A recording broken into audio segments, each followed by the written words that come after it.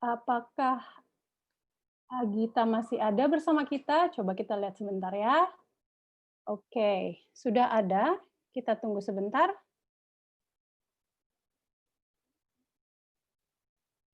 Agita.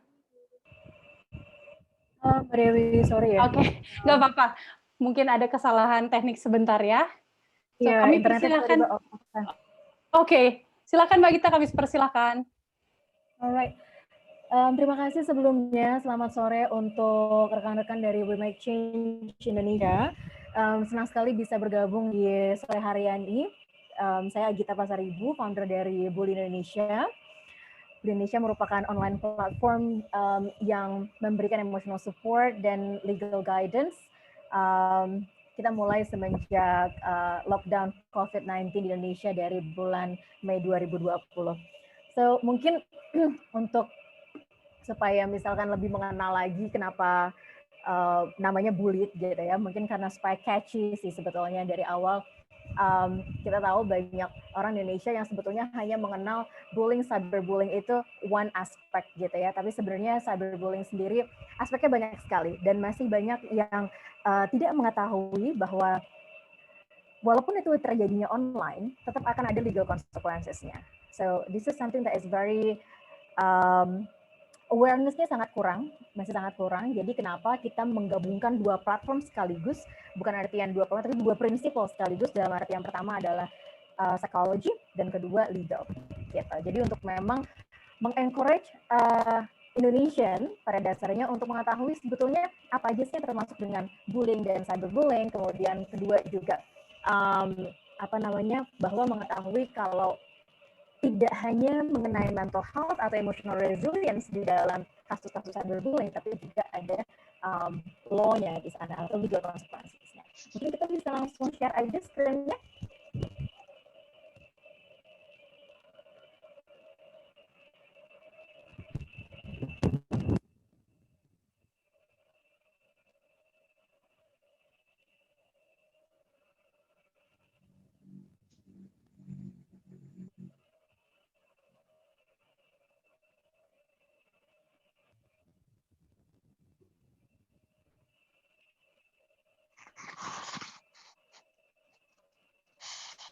Masih menunggu ternyata.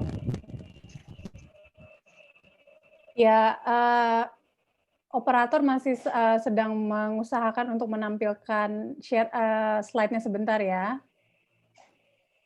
Oke, silakan.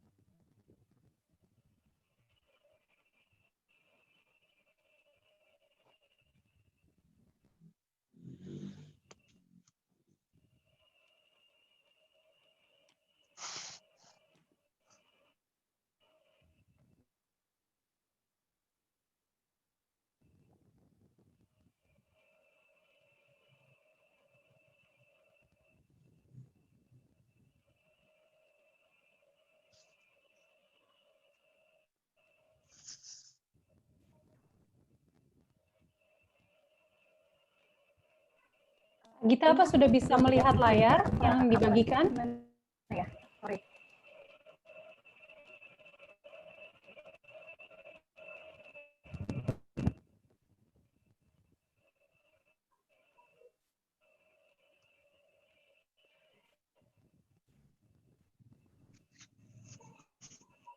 Agita, apa sudah bisa melihat layar yang ditampilkan?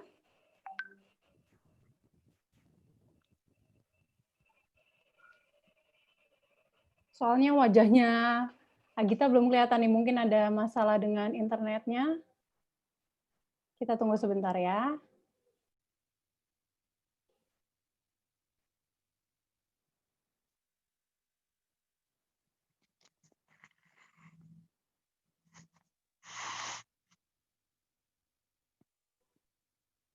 Halo Agita, apa bisa mendengar suara saya?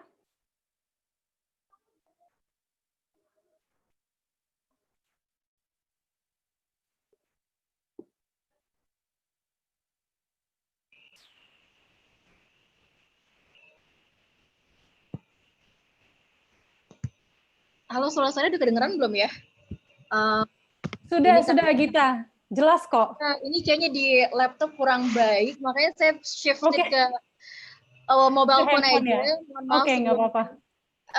Oke, jadi basically pada kesempatan hari ini mungkin yang akan mau saya sharing mainly adalah seputar bagaimana sih apa yang bisa kita lakukan ketika terjadi cyberbullying dan dalam lingkup yang di universitas ataupun di sekolah, dan apa yang bisa dilakukan oleh pihak sekolah ataupun pihak universitas di sini untuk memang menjaga agar supaya online course atau mungkin studying dari sekolah ya, dari rumah seperti itu, tapi tetap masih bisa kondusif gitu ya. Nah, mungkin ini sedikit yang beberapa statistik yang sudah dikumpulkan dari pertama di bulan Maret ya. Mungkin sebelumnya, sorry. Jadi ada 94%, ini mungkin di luar dari universitas dan sekolah, ada 90% korban victim dari harassment ketika melaksanakan working from home, ada 3.000 kasus dari child abuse ketika quarantine, dan ada juga kenaikan lebih dari 300% untuk online abuse dan online harassment, which is salah satunya adalah cyberbullying gitu. Next.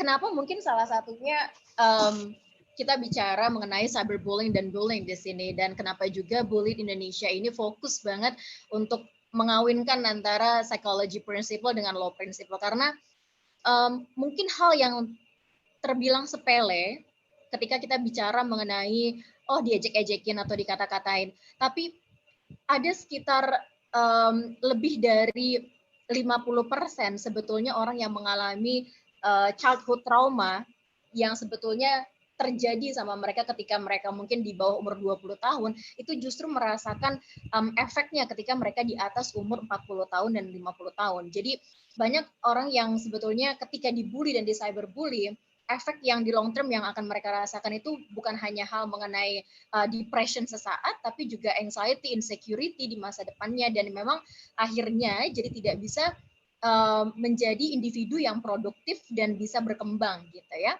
Jadi ini salah satu beberapa media yang saya capture di sini, yang memang melihat bahwa di Indonesia sendiri memang masih banyak sekali kasus-kasus mengenai committed suicide, dan hal-hal yang lainnya juga banyak terlibat di sini adalah mengenai depresi, kemudian juga bullying salah satunya. Next. Mungkin di sini teman-teman juga udah ada yang tahu sebetulnya bedanya apa sih traditional bullying dan cyberbullying gitu. Di kesempatan kali ini mungkin saya akan lebih mengcapture beberapa informasi yang mengenai tipe-tipe dari cyberbullying itu sendiri supaya teman-teman juga mungkin lebih aware. Jadi yang pertama di sini mungkin bisa dilihat kayak ada yang ngata-ngatain mengenai racism karena ada interracial relationship gitu ya.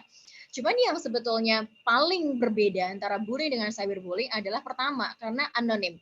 Mereka bisa menggunakan fake profile, mereka bisa menggunakan account orang lain gitu. Yang kedua, anywhere, anytime. Ini bisa terjadi nggak hanya ketika kalian pergi ke sekolah, tapi literally di WhatsApp, anytime 24 jam gitu. Mau jam 5 sore sampai jam 5 pagi, itu juga tergantung apa yang mereka mau gitu ya.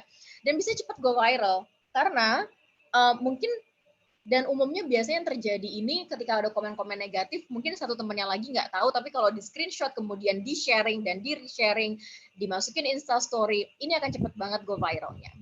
Yang terakhir adalah less guilty untuk yang melakukannya atau offendersnya atau perpetratorsnya gitu. Karena dia tidak melihat langsung dampak dari apa yang dia lakukan, atau misalkan dia tidak melihat langsung korbannya, jadi dia merasa bahwa sebetulnya nggak ada masalah kok gitu. Mungkin ini yang paling banyak juga sebetulnya ketika kita tanya dengan orang-orang yang melakukan, alibinya adalah ya itu urusan saya, mau ngomong seperti itu handphone saya, mulut saya gitu ya, tangan saya yang ngetik gitu. Karena mereka tidak melihat langsung apa yang terjadi dengan korbannya gitu. Jadi mereka feeling less guilty dan merasa nggak berdosa gitu ya. Nah, ini mungkin ada salah satu kaitannya juga dengan ketidaktahuan mereka dan belum banyaknya hal-hal yang terkait dengan ini itu diprosecuted atau dilaporkan ke pihak berwajib dan memang diurus selanjutnya gitu ya. Next.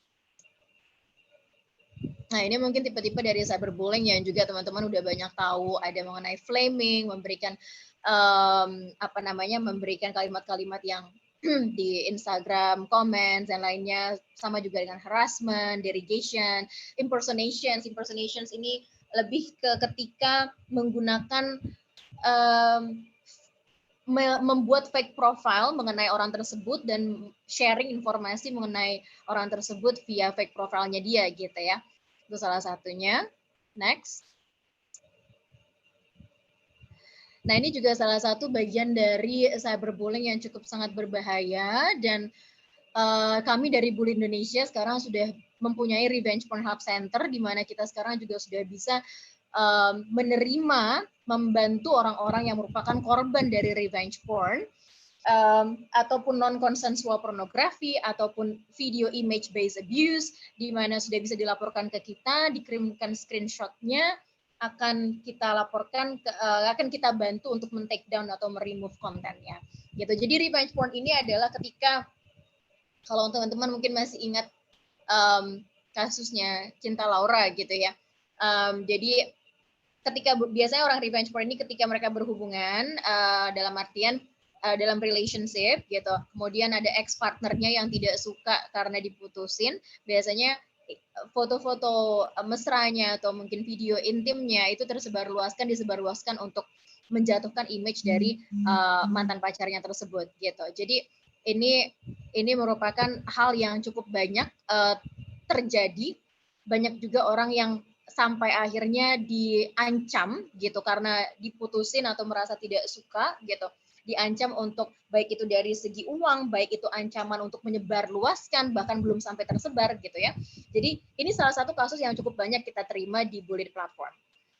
Next-nya live streaming child sexual abuse memang belum termasuk dalam lingkup cyberbullying di sini.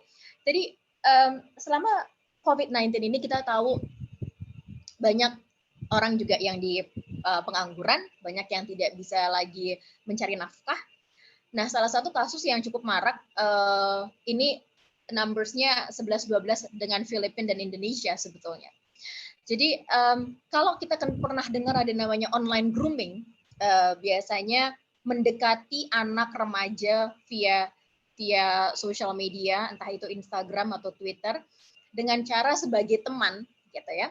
Jadi awalnya mereka mendekati sebagai teman, dekat, akhirnya meminta untuk mengirimkan foto-foto nude-nya atau misalkan melakukan hal sesuatu karena mereka sudah nyaman gitu. Tapi kalau live streaming child sexual abuse ini biasanya dilakukan oleh orang yang memang ada dalam lingkup entah itu tetangganya, keluarganya yang meminta anak untuk melakukan hal-hal yang sifatnya pornografi gitu, dan ini di live streaming kan, divideokan oleh orang tersebut untuk dijual kembali ke entah itu dark web, entah itu online predator, tapi intinya adalah mendapatkan balasan uang dari hal tersebut gitu. Nah, ini cukup banyak karena memang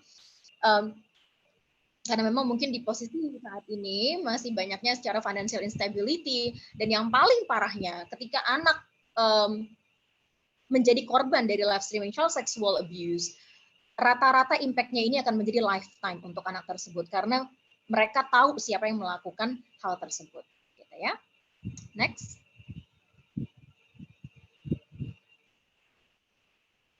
Ini tadi child grooming yang juga udah dijelaskan. Nah, ini sayangnya Indonesia kita masih berada di zona orange, which is salah satu yang cukup tinggi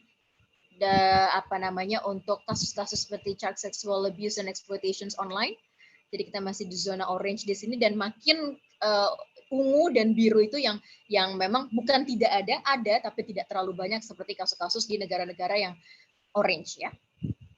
Oke, next. Nah ini mungkin yang tadi juga udah saya sisipkan, beberapa kasus-kasus yang cukup banyak kita terima itu sebetulnya tidak melulu mengenai cyberbullying dan hal-hal yang terkait mengenai revenge porn seperti itu, karena pada dasarnya kita mempunyai psikolog dan lawyer yang siap menerima kasus apapun keluhan yang memang datang dari publik. Jadi so far memang semenjak COVID-19 ini banyak sekali yang merasa down. Dengan mereka mungkin sudah seharusnya bekerja, sekarang sulit mencari pekerjaan. Ada yang juga merasa bosen di rumah, ada yang kebingungan karena sebenarnya kapan COVID ini akan selesai. Ada yang nggak baik, bahkan hubungannya antara suami istri. Jadi ada juga domestic violence yang kita terima gitu.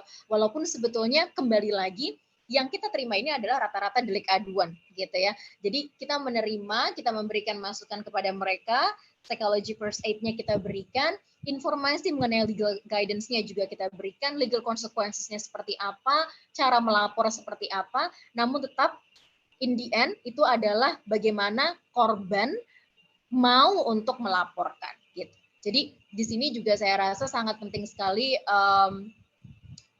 keterlibatan dari pemerintah juga untuk sama-sama bisa membantu sehingga adanya chain dari memang support system yang kita berikan gitu. Next. Nah, ini juga mungkin sama sama seperti yang tadi juga, boleh di next aja.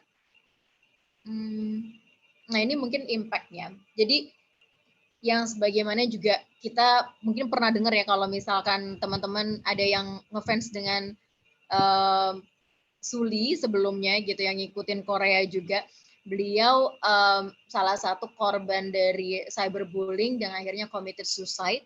Nah ini adalah salah satu impact yang paling berbahaya dari cyberbullying, karena cyberbullying sendiri itu bukan masalah perkataannya. Bayangkan kalau perkataan itu datang 2000 comments dengan hal yang sama every single day gitu ya. Jadi ini bukan hal yang bisa dianggap remeh, dan makin kesini makin kita bisa lihat menurun sebetulnya akhlak-akhlak dari para netizen di Indonesia gitu. Apalagi dengan hal-hal yang kita anggap apakah sebetulnya orang ini influencer atau bukan. Influence itu seharusnya menginfluence sesuatu yang positif gitu, bukan menginfluence sesuatu yang memang negatif. Kalau apapun konten di sosial media, kitalah yang menjadikan konten itu menjadi viral, kita yang bertanggung jawab atas konten itu memberikan engagement, jadi kita juga yang menentukan siapakah orang itu menjadi influence atau tidak. Kalau orang itu tidak mempunyai followers, kalau orang itu kontennya tidak dijadikan viral, orang tersebut tidak akan bisa juga nggak akan bisa punya konten yang viral gitu. Jadi seharusnya kita sebagai pengguna atau digital native ya, kita juga bisa punya awareness yang cukup baik gitu. Jadi pendidikan semakin tinggi, makin banyak orang yang ngambil PhD, seharusnya emotional intelligence kita juga semakin tinggi, dan itu yang saya rasa sekarang sangat menurun gitu ya, baik di Indonesia, karena dengan sistem demokrasi yang mungkin dipikir bahwa freedom of speech ini memang tidak ada batasnya, dan dunia online ini seperti tidak punya rule of law. Saya rasa ini yang harus kembali ditanamkan lagi kepada masyarakat Indonesia dan juga anak-anak Indonesia, bahkan remaja Indonesia, bahwa ada loh online defamations gitu, dan hal-hal seperti ini sebenarnya sudah diatur di undang-undang kita. Dan ini kembali lagi ke kita, bagaimana kita menggunakan social media platform dengan sebaik-baiknya. Dan permasalahan ini bukanlah permasalahan teknologi, tapi permasalahan social issue gitu. Nah, jadi hal-hal yang bisa dilihat di sini ya pertama ya dari depression, kemudian ada dan ini juga tergantung jadi physical symptom juga, akhirnya jadi ada yang sering pusing, kemudian anxiety, dan akhirnya nggak bisa concern gitu ya. Mungkin next. Oke, ini sama aja tadi impact-nya juga beberapa percentage. Relevant law, ya, relevant law. Saya rasa mungkin nanti ada Bang Fernandes yang akan membahas juga lebih detail mengenai ini. Saya lihat di presentasinya. Jadi sedikit mengenai relevant law di sini. Undang-undang ITE kita memang belum memiliki definisi yang jelas mengenai perundungan atau perundungan online. Dan ini mungkin, atau walaupun masih belum ada, tapi sudah ada beberapa undang-undang yang memang terkait dan sudah bisa dipergunakan untuk menjerat kasus-kasus yang terkait dengan cyberbullying sendiri. Contohnya ada pencemaran nama baik, ada undang-undang pornografi, ada undang-undang perlindungan anak seperti itu. Jadi ada surat juga keputusan mengenai hate speech, gitu ya. Jadi sebetulnya kita sudah memiliki undang-undang yang cukup memadai, walaupun masih banyak juga beberapa gaps yang harus ditambah dan juga bisa ditingkatkan. Tapi pada dasarnya ini adalah permasalahan bagaimana kita sebagai individual, sebagai citizen untuk mau melaporkan, mau sama-sama encourage juga bahwa ketika ada report seperti ini dibantu untuk mereport, ketika ada laporan yang masuk, pemerintah pun mengetahui bahwa ini loh yang terjadi sebenarnya di Indonesia, dan with a better data, it's going to be a better policy making in the end. Gitu. Jadi itu sih sedikit mengenai saya untuk masalah law. Next. Oke, what you can do. Oke, ini kalau misalkan individual, ketika kita di cyberbully gitu ya, ketika kita dibully di online, pertama sebenarnya di screenshot. Apapun yang masuk, semuanya di screenshot, entah itu foto, video, di screenshot semuanya. Kedua, apabila diminta untuk melakukan sesuatu, jangan dilakukan dan jangan dibalas. Gitu. Ketiga, bisa di-report atau di-block. Atau mungkin kalau yang melakukan itu sebenarnya temen yang kalian, aduh nggak enak nih, mau di-block atau di-report. Sekarang di Instagram ada namanya restricted account. Jadi kalau di restricted, kalian nggak akan, orang tersebut masih tetap bisa melihat, masih tetap bisa komen, tapi untuk message atau komen yang datang dari orang yang sudah di restricted account-nya, itu akan muncul sebagai minta persetujuan dari teman-teman dulu untuk bisa muncul di komen. Jadi ada approve kalau atau mau mungkin di decline gitu. Nah, yang keempat, ketika kita dibully, di cyberbully atau merasakan sexual abuse, harassment, dikata-katain gitu. Walaupun mungkin kita sudah berjuta-juta kali dikasih tahu mengenai online awareness gitu ya. Mungkin dari sekolah udah ada, tetap aja, dan ini memang terjadi kepada saya sendiri gitu. Saya sendiri yang pernah menjadi korban dari harassment, saya pernah menjadi korban dari cyberbully. Ketika itu terjadi kepada saya ngerasa down gitu. Dan yang pertama memang adalah kenapa emotional resilience itu penting, karena setiap orang punya coping management stress beda-beda gitu. Jadi bagaimana sebetulnya kita di sini bisa menavigasi stres itu. Jadi ketika itu datang, itu pun tidak mempengaruhi secara signifikan bagaimana kita menjalani kehidupan kita sehari-hari. Jadi nggak selamanya jadi depression, anxiety terus-terusan, tapi kita bisa menavigasi stres itu dan kita juga bisa move on dan menjadi survivor, bukan jadi victim gitu ya. Nah, ini makanya kita membutuhkan untuk bicara sama orang, dan bicara sama orang yang memang mengetahui bagaimana caranya membantu. Ada kasus di Brunei Darussalam yang kebetulan saya juga membantu untuk salah satu di sana. Jadi anak ini umur 16 tahun. Jadi anak ini kebetulan ada foto-fotonya yang tersebar di sekolah, dan akhirnya di sekolah sekarang udah almarhumah ya. Jadi foto-fotonya tersebar di sekolah.